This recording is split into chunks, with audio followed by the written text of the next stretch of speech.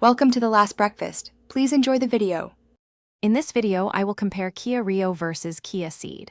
We'll explore their core distinctions, helping you decide which vehicle best suits your needs. The Rio typically appeals to those seeking an economical and agile city car, while the Ceed targets buyers desiring enhanced comfort and versatility. We'll delve into their performance, design, and overall value proposition to give you a clear picture of each model's strengths. When it comes to performance, the Kia Rio typically offers engines designed for economical urban driving, often with a 1.2 or 1.4-liter capacity.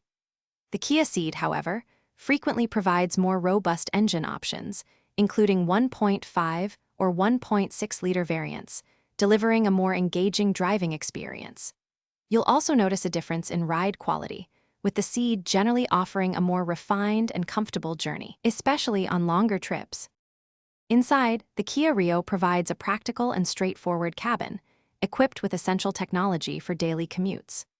The Kia Ceed elevates the experience with more premium materials, a larger touchscreen infotainment system, and often more advanced driver assistance features.